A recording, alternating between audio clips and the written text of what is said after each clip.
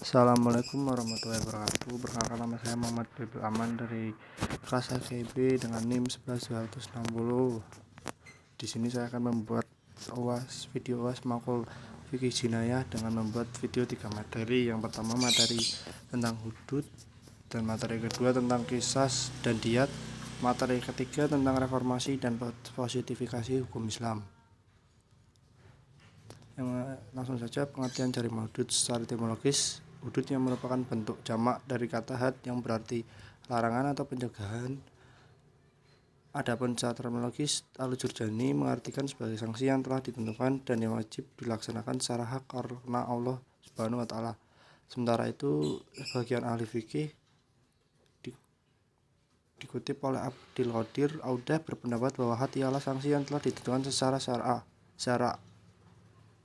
Dengan demikian had atau hudud mencakup semua jarimah baik hudud, qisas maupun diyat. Sebagai sanksi keseluruhannya telah ditentukan secara syara. Lebih lengkap dari kedua definisi di atas, Nawawi Al-Bantani mendefinisikan hudud yaitu sanksi yang telah ditentukan dan wajib berlaku kepada seseorang yang melanggar suatu pelanggaran yang akibatnya sanksi itu dituntut baik dalam rangka memberikan peringatan pelaku maupun dalam rangka memaksanya.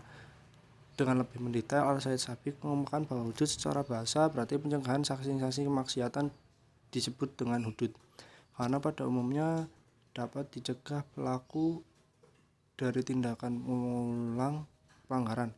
Adapun arti kata had mengacu kepada pelanggaran sebagaimana pada firman Allah surat Al-Baqarah 187, itulah larangan Allah maka janganlah kamu mendekatinya.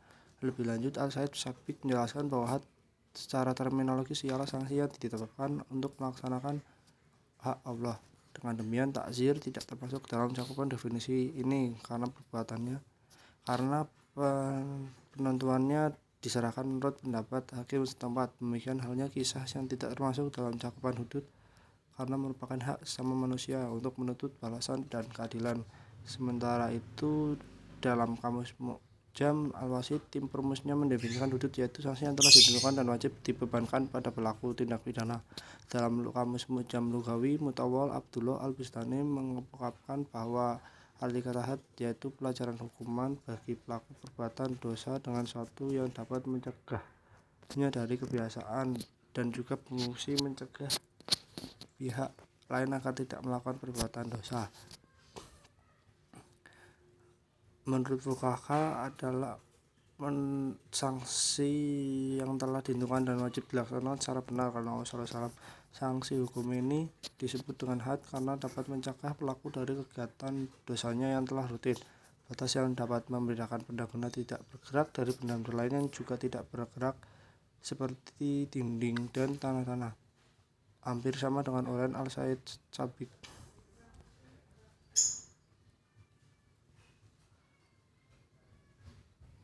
Dalam bahasa Arab disebut hadid karena bertugas menghalang-halangi setiap orang yang bukan penghuninya baju besi dalam bahasa Arab. Juga disebut hadid karena dapat menghalangi tusukan pedangnya bagi pemakainya.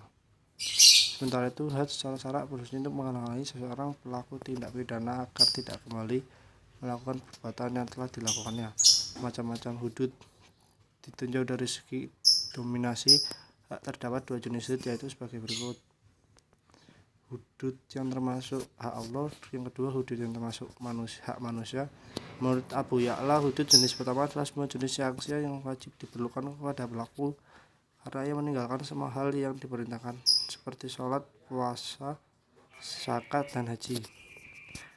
Selanjutnya pengertian jarimah qisas dan jarimah diyat. Menurut bahasa, kata qisas adalah bentuk masdar, sedangkan madinnya adalah qasasa yang artinya memotong atau juga berasal dari laktasal yang artinya mengikuti, yaitu mengikuti perbuatan si pelaku sebagai balasan untuk perbuatannya.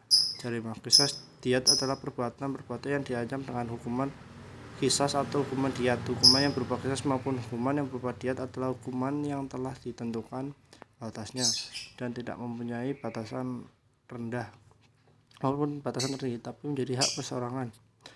Dengan pengertian bahwa si korban bisa memaafkan si pelaku jarimah, dan apabila dimaafkan oleh si korban maka hukumannya menjadi hapus. Adapun arti secara kisah secara terminologi yang dikemukakan oleh Jurjani, yaitu merupakan sebuah tindakan kepada pelaku persis seperti yang tindakan yang dilakukan oleh pelaku tersebut.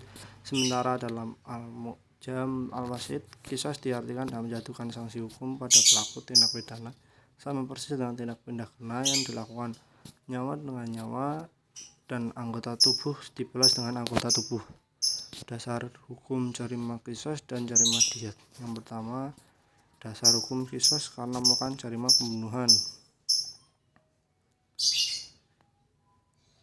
Hai orang-orang yang beriman, diwajibkan atas kamu qisas berkenaan dengan orang yang dibunuh. Al-Baqarah ayat 178. Yang kedua, dasar hukum qisas karena melakukan jarima penganiayaan. Ada di surat yang artinya dan kami telah tetapkan terhadap mereka di dalamnya At-Taurat bahwasanya jiwa dibalas dengan jiwa, mata dengan mata, hidung dengan hidung, telinga dengan telinga, gigi dengan gigi, dan luka pun ada kisasnya. Itu ada di surat Al-Maidah ayat 45. Macam-macam jarima qisas dan jarima diyat. Maksud dari macam-macam qisas dan diyat adalah jenis-jenis dari kejahatan atau pidana yang dihukum dengan cara qisas atau diyat. Seorang ulama kontemporer yaitu Syekh Abdul Qadir Qaudah menjelaskan secara global dari jenis kejahatan yang masuk di dalam akibat hukum jarima qisas. 5 kejahatan tersebut, jenis kejahatan tersebut adalah: yang pertama, pembunuhan disengaja; 2, pembunuhan yang menyamai sengaja; yang ketiga, pembunuhan yang tidak sengaja; yang keempat, pencederaan sengaja; 5, pencederaan yang tidak sengaja. Yang pertama, pembunuhan sengaja, yaitu perampasan nyawa seorang yang dilakukan dengan sengaja. Pembunuhan merencanakan pembunuhannya. Suatu pembunuhan baru dapat dikatakan pembunuhan sengaja jika mempunyai unsur. Yang pertama, yang dibunuh adalah manusia yang diharamkan oleh Allah untuk membunuhnya. Yang kedua, perbuatan untuk membawa kematian. Yang ketiga, bertujuan untuk menghilangkan nyawa seseorang. Yang kedua, pembunuhan yang menyamai sengaja. Mayoritas ulama mengakui sebagai salah satu bentuk pembunuhan. Menurut Said Sabiq yang dikuatkan oleh sejumlah sahabat seperti Umar bin Khattab, Ali bin Abi Thalib, Utsman bin Affan, dan sahabat yang lainnya, pembunuhan seperti sengaja adalah perbuatan yang disengaja. Perbuatan sengaja dilakukan dalam objek yang dimaksud, tetapi tidak menghendaki kematian korban. Kesengajaan tersebut mungkin sekedar memberi pelajaran bagi korban, tidak bermaksud untuk menghilangkan nyawa. Pembunuhan seperti sengaja terjadi apabila seorang bermaksud melukai orang lain dengan alat yang biasanya tidak dapat membunuh, tetapi orang yang dilukai terbunuh. Pembunuhan ini tidak menyebabkan qisas, tapi wajib membayar diyat mughalazah atau diyat besar yang dibebankan kepada qorib, kerabat terbunuh, yang bisa diangsur selama 3 tahun. Abu Daud mengatakan bahwa Rasulullah SAW bersabda, pembunuhan seperti sengaja dikenai sanksi diyat mughalazah sama dengan pembunuhan disengaja, hanya tidak dikenai hukum qisas. Yang ketiga, pembunuhan yang tidak disengaja, yaitu kesalahan dalam berbuat sesuatu yang mengakibatkan kematian seseorang. Walaupun disengaja, perbuatan tersebut tidak ditujukan kepada korban, jadi matinya korban tidak diniati. Adapun pembunuhan tidak sengaja apabila seorang melempar sesuatu dan mengenai orang lain kemudian menyebabkan terbunuh, maka itu bukan termasuk qisas. Ia hanya diwajibkan membayar diyat mukhafafah, diyat ringan, kepada ahli waris yang terbunuh yang dapat diangsur hingga 1 tahun, sesuai dengan firman Allah SWT dalam surat An-Nisa yang ayat 92.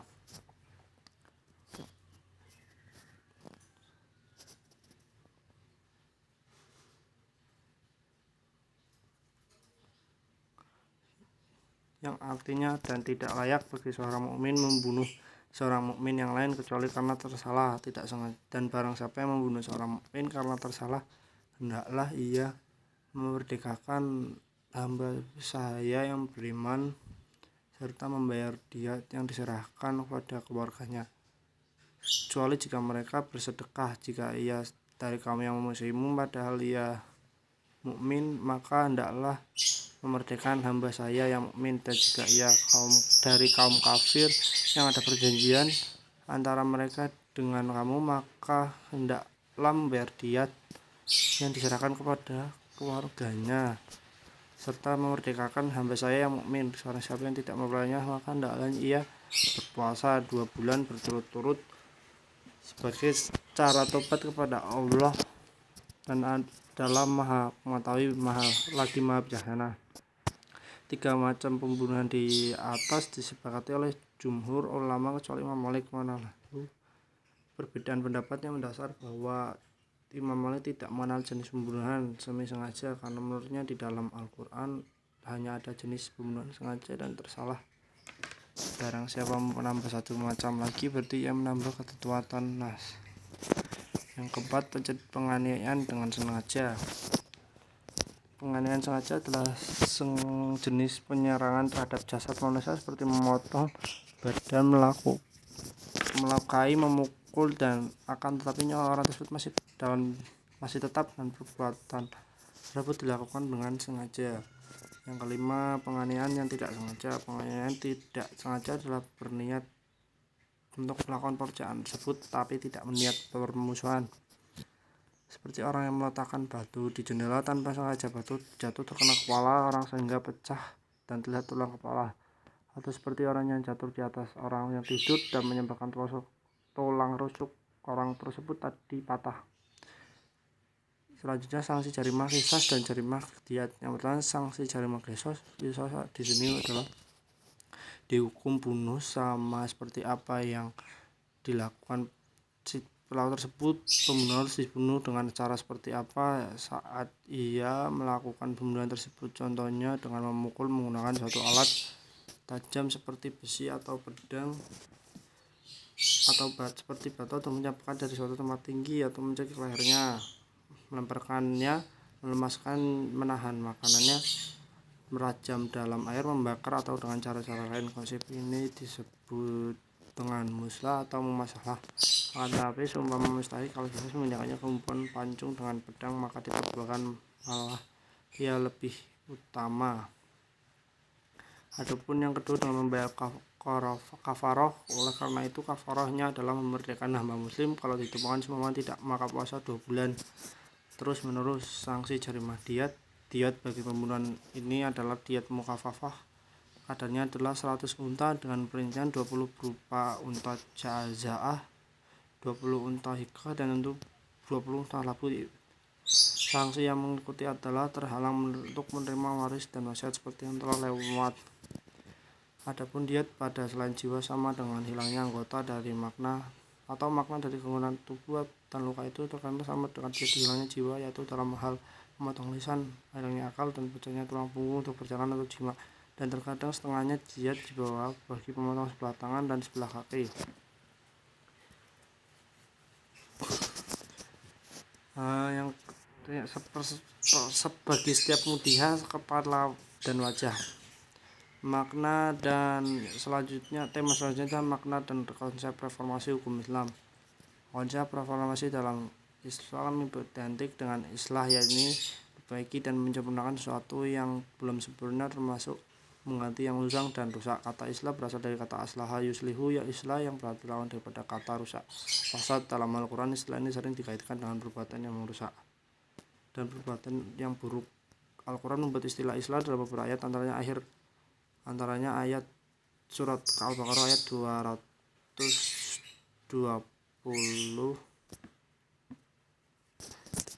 ayat Al-Baqarah ayat 200, dengan yang artinya tentang dunia dan akhirat. Dan mereka bertanya kepadamu tentang anak yatim, katakanlah mengurus urusan mereka secara patut adalah baik, dan jika kamu bergaul dengan mereka, maka mereka adalah saudaramu, dan Allah mengetahui siapa yang membuat kerusakan dari yang mengadakan perbaikan. Dan jika Allah menghendaki, niscaya Dia dapat mendatangkan kesulitan kepadamu. Sesungguhnya Allah Maha Perkasa lagi Maha Bijaksana.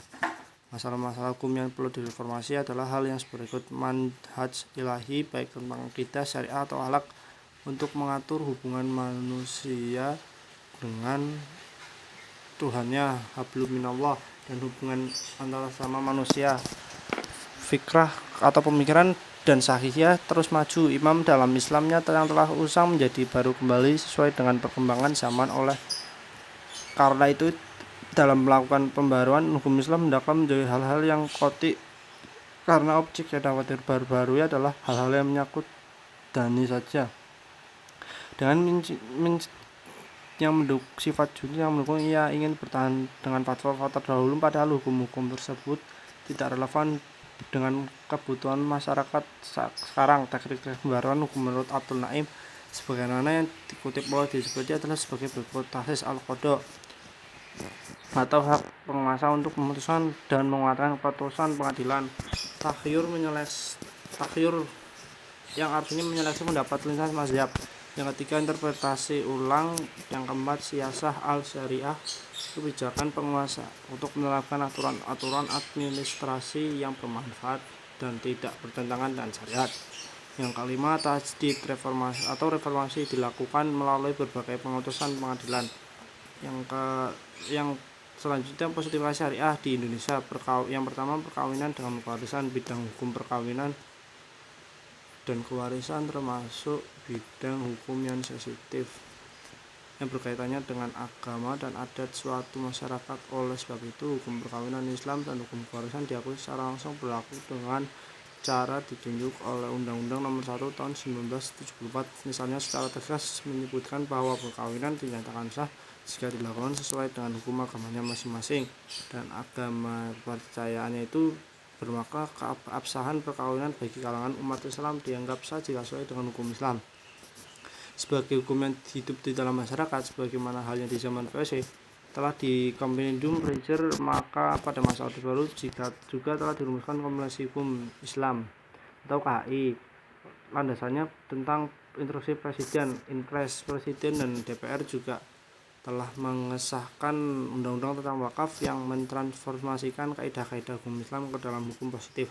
Berbagai undang-undang yang terkait juga tentang hukum juga memberikan tempat yang semestinya bagi kaidah-kaidah hukum Islam yang berkaitan dengan perbankan dan asuransi. Yang kedua, pengelolaan zakat dan wakaf.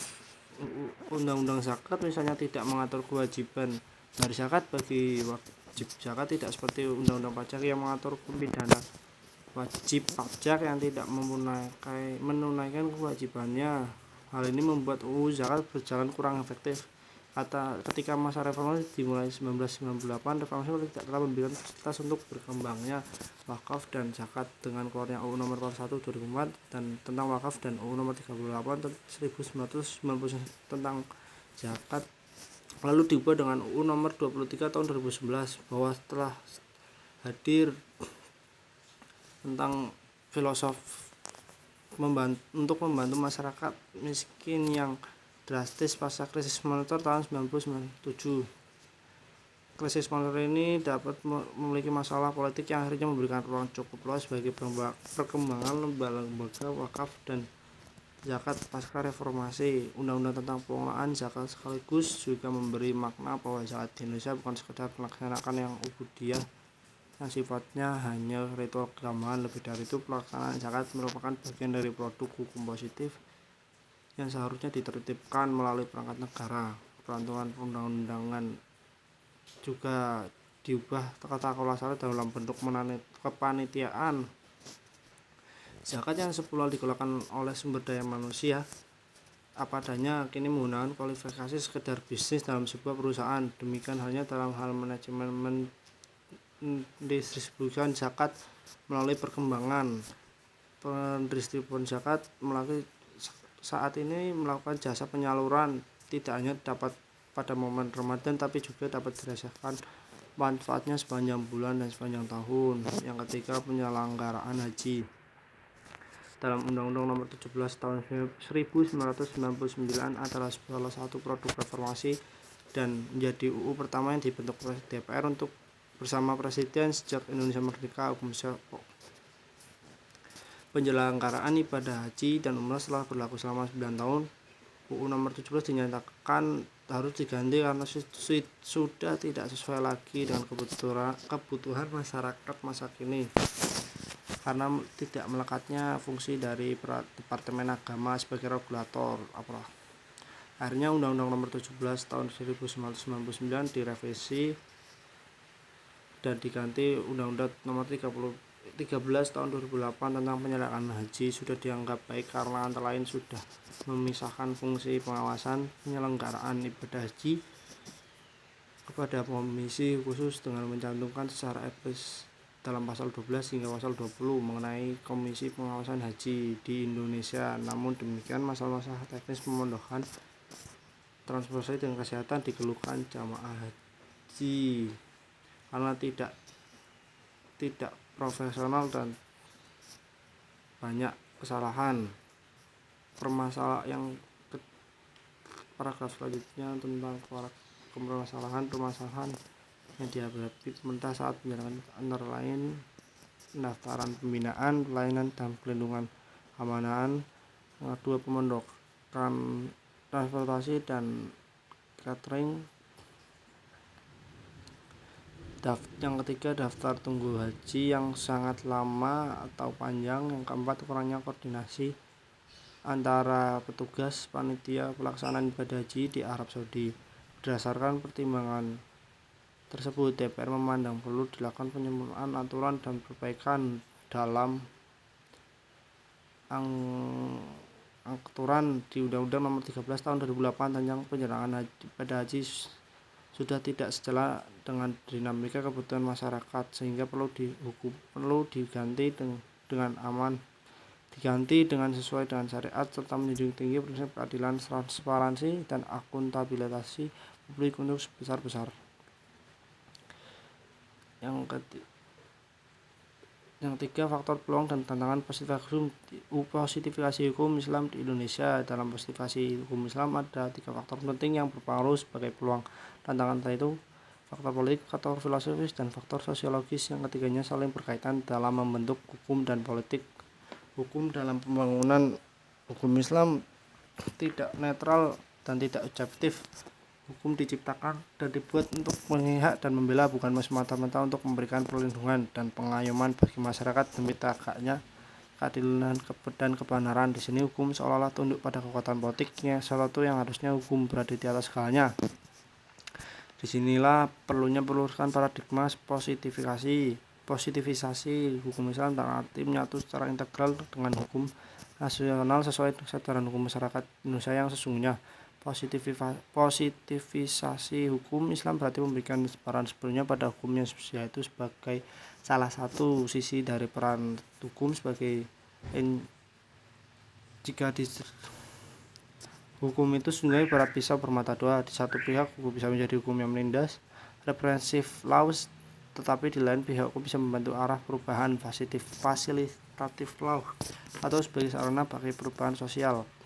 Membicarakan peluang dan tantangan positivisasi hukum Islam di Indonesia berarti membicarakan 3 persoalan hubungan antara agama, hukum, dan politik dalam sistem ketatanegaraan yang dimiliki berketerkaitan.